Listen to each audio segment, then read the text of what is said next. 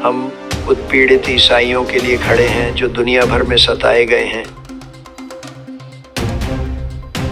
जो हुआ वह बहुत भयानक था और धार्मिक स्वतंत्रता दुनिया के अन्य हिस्सों में हमारे ईसाइयों के लिए कोई नहीं लड़ रहा था, जो बुरी तरह से नष्ट किए जा रहे थे, मारे जा रहे थे, घायल हो रहे थे, लेकिन वे मर गए, बहुत से मर गए।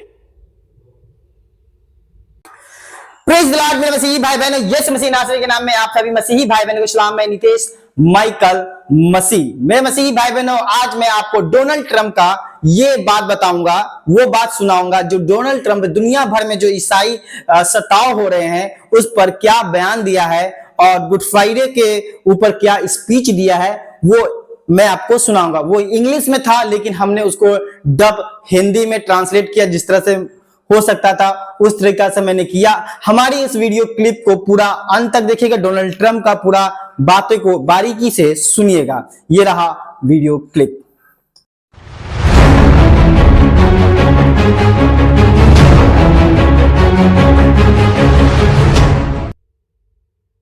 पवित्र सप्ताह में यीशु की मृत्यु और पुनरुत्थान याद करते हुए पादरी पाउला, फ्रैंकलिन ग्राहम, सभी सम्मानित धर्म गुरुओं और मित्रों का धन्यवाद। धन्यवाद चार्ल्स। करीब 2000 साल पहले पवित्र सप्ताह में प्रभु का पुत्र विजयी होकर यरूशलेम आया, फिर सत्य और प्रकाश लाने वाले उद्धारक को धोखा दिया, गिरफ्तार किया, पीटा और क्रूस पर चढ़ाया गया।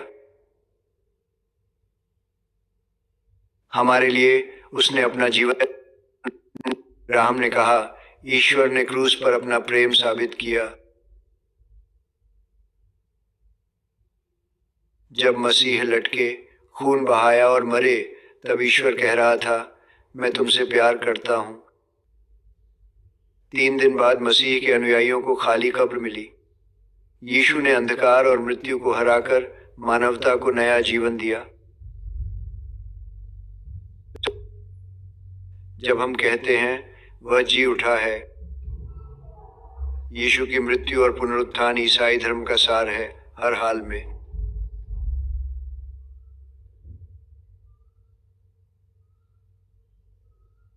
ईसाई यह जानकर आश्वस्त हैं कि मसीह उनके लिए मरा और वे स्वर्ग में मिलेंगे।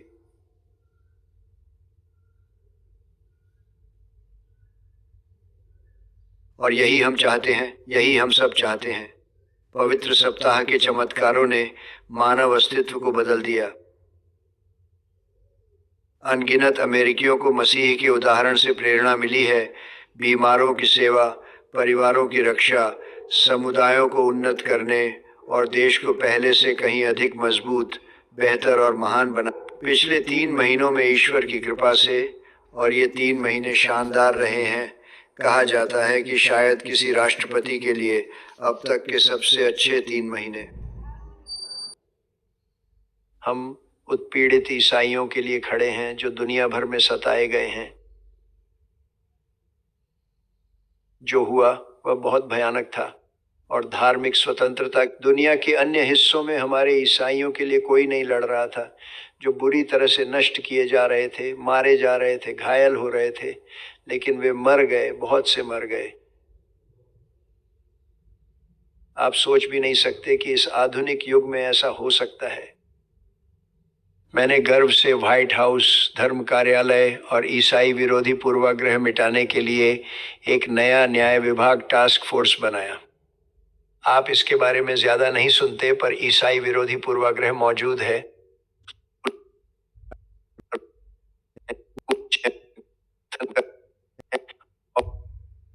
जो में स्थानांतरित करेंगे।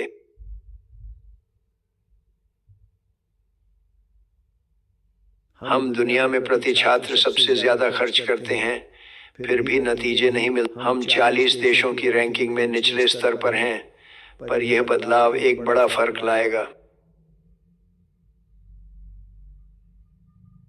सोचिए, हम सबसे ज्यादा खर्च करते हैं, फिर भी डेनमार्क, नॉर्वे, स्वीडन आगे हैं। चीन भी टॉप 10 में है, तो हम इसे आकार पर दोष नहीं दे सकते। हम बड़े हैं, चीन भी बड़ा है, और हम वहां पहुंचने वाले हैं।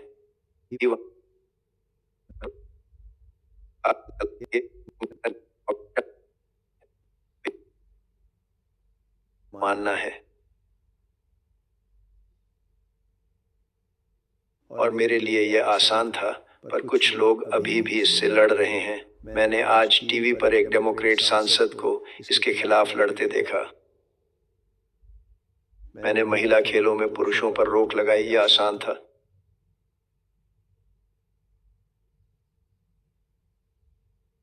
मैंने एक कार्यकारी आदेश पर हस्ताक्षर किए जो यह अमेरिका की आधिकारिक नीति बनाता है कि ईश्वर ने दो लिंग बनाए, पुरुष और महिला। यह बहुत मुश्किल नहीं था।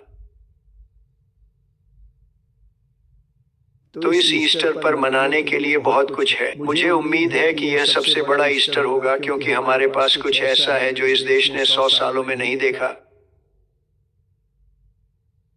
जब हम परिवार और दोस्तों के साथ जुड़ेंगे तो हम अपनी खुशी और शक्ति के असली स्रोत ने ईश्वर पर भरोसा किया है। हमेशा ईश्वर में हमारा विश्वास रहेगा। हम इसे कभी नहीं बदलेंगे। आप जानते हैं, इसे बदल ऐसा कभी नहीं होगा। हम ऐसा नहीं होने देंगे। क्या आप इसे बदलने के आंदोलन की कल्पना कर सकते हैं? रॉबर्ट, ये सुनकर आप खुश नहीं हैं? गुस्सा हो रहा है। हम भी गुस्सा हो सकते हैं, है ना? अब यह कभी नहीं बदले। ईश्वर की मदद से हम हर चुनौती से पार पाएंगे, हर बुराई पर जीत हासिल करेंगे और अमेरिका में विश्वास की भावना को फिर से जगाएंगे।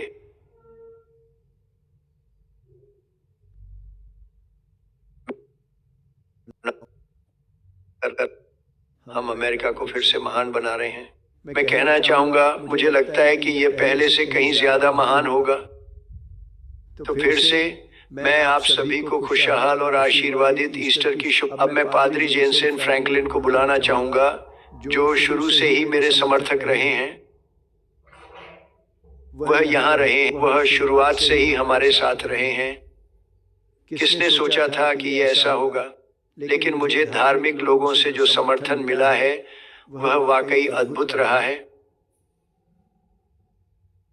मुझे लगता है कि यह अभूतपूर्व रहा है, थोड़ा नहीं, बहुत ज्यादा।